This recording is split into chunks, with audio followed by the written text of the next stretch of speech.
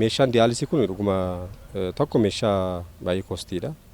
Tajaajila kana akka kenninuudhaa fi yeroo adda addaatti karoorsaa kan turre garuu baasiinsaa olaanaa waan ta'eef fi ogeessi kanaaf ture illee gahaa waan hin turree fi amma onaa ture dandeenye bara kana garuu biiroo eegumsa fayyaa Oromiyaa qarshii naannoo miliyoona 30 ol ta'uutiin meeshaa kana bitee maallaqa biirootiin bitanii asitti akka nuti tajaajila kenninu taasisee jira.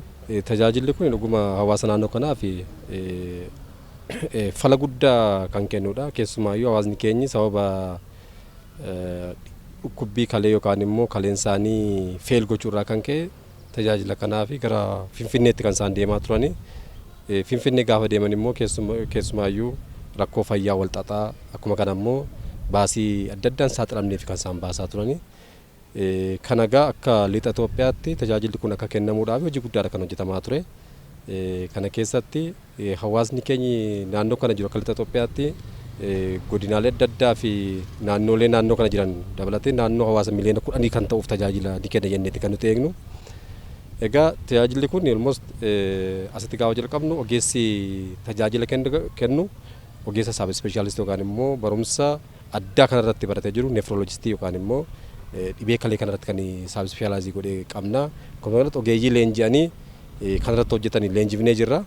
Waliigalasaa tajaajilli kun asitti kennamuunsaa dhuguma namoota dhibee kanaan qabamanii dararamanii fi baasii adda addaa yaalamaniidhaa fi falaa fi furmaata guddaadha jedhee yaada. Tajaajilli nuti amma kenninu warroota dhibee akkiitii warra jennu dhukkubsatanii yeroof haga kaleen deebi'ee fayyutti dhiiga miicuutiin summii dhiiga keenya keessa jiru baasuutiin kan silaa kaleen hojjechuun irra ture jechuudha. Goonee san booda irraa jalaan kaleen sun akka fooyya'u gochuudha jechuudha. So ammaaf maashinoota gara 4 qabaanna. Garuu akka jechuun egaa shiftii 3 yookaan marsaa 3 yoo hojjeta namni tokko haga nama 12 guyyaatti tajaajiluun ni danda'ama jechuudha. Sababiin isaa namni tokko haga sa'aatii 4 turuu danda'a. Egaa bishaan nuti qabnu bishaan qulqulleessee dhiiga miicuu kanaaf kan tajaajilu garuu meeshaa kanaa ol tajaajiluu ni mala.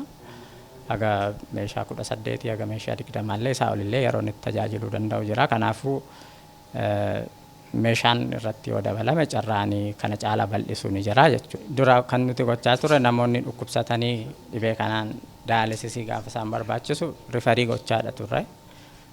Gara Finfinneetti ergaa turre. Amma garuu tajaajilli kun banamuunsaa kana duukaa wal qabatee karaa dinagdee karaa namoota baay'ee bira ga'u namoota kanaan miidhamaniif tajaajiluu keessatti shoora guddaa qaba jedhee amana.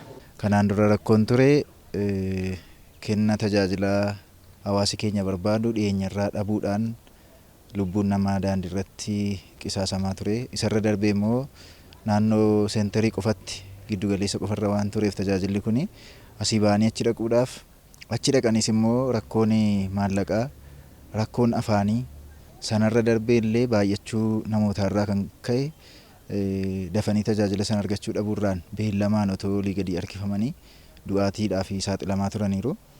Amma yeroo ammaa kanatti naannoo kanatti tajaajilli kun banamuunsaa hawaasa keenyaa fi gammachuu guddaadhaan akka tajaajilamaa fi akka ogeessa tokkotti baay'een itti gammada jechuun barbaada. Faayidaa isaa yoo ilaalle hawaasaaf faayidaa guddaadha kan inni qabu. Hawaasa qofas immoo osoo hin taane dhaabbilee fayyaas jala jiraniif bardanii guddaadha kan inni irraa hir'isu.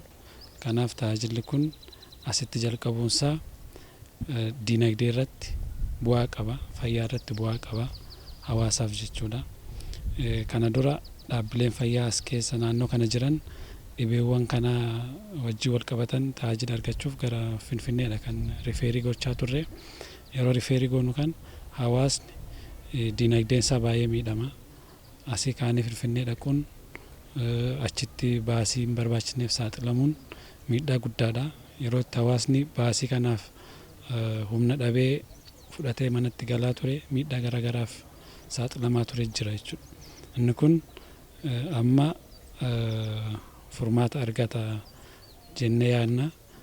Kanaaf hawaasnis tajaajila kanatti fayyadamuu qaba. Manti keenya asii deemee dhukkuba kanallee fayyuudhaaf illee carraa hin argatu kan karaa irratti du'u jira. kan carraadhuma kana dhabee illee immoo mana isaatii illee as deemuu dadhabee du'u jira. Kun ammoo kun ijaan kan addatti argine kana uummata magaalaa keenya kanaatii fi uummata godina Wallagga Bahaatii fi naannoo ishee jiruuf Lubbaa Boriin qabatee Beenishaanguliif qabatee hundumaa godinaalee Horroo Gudurullee kana qabatee uummanni keenya illee kana har'a gurraan dhaguu isaatii fi nuyi baay'ee gammanneerra. Tajaajilli amma kennamaa jiru immoo kunoo isuma arginu kanadha. Baay'ee nutti toleera. Akkasumas egaani